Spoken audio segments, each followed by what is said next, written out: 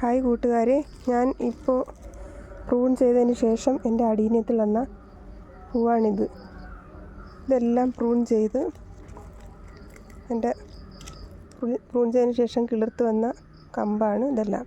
പക്ഷേ ആ പ്രൂൺ ചെയ്ത കമ്പ്, വെട്ടിക്കളഞ്ഞ കമ്പെല്ലാം കൂടെ ഞാനൊരു ചട്ടിയിലേക്ക് വെറുതെ ഒന്ന് കുത്തി വെച്ചതാണ്. എല്ലാം നന്നായി കിളിർത്ത് വന്നു. ഒരു 10-15 കമ്പുണ്ട്. ഇതിൻ്റെ അറ്റം സാഫിലൊന്ന് ടച്ച് ചെയ്തിട്ട് വെറുതെ ഈ ചട്ടിയിലോട്ട് പോട്ടി മിക്സ് നിറച്ചിട്ട് അതിലോട്ട് കുത്തി വെച്ചതാണ്. കിളിക്കുന്നെങ്കിൽ കിളിക്കട്ടെ എന്ന് വിചാരിച്ചു. പക്ഷേ എല്ലാം കിളിർത്തിട്ടുണ്ട്. അപ്പോൾ നിങ്ങൾക്കും ഇതുപോലെയൊക്കെ ചെയ്യാം.